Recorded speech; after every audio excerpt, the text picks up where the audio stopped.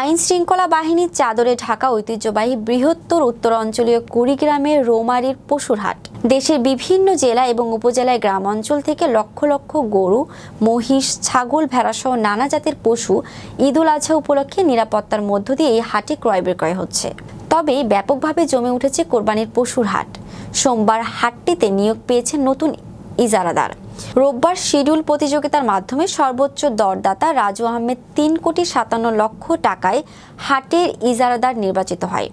নতুন ইজারাদার রাজু আহমেদ হাটের চারপাশ কঠোর সতর্কতার সাথে হাট পরিচালনা করছেন। ক্রেতা ও বিক্রেতা কেউ যেন ক্ষতিগ্রস্ত না হয় সেজন্য নিরাপত্তা জোরদার করা হয়েছে।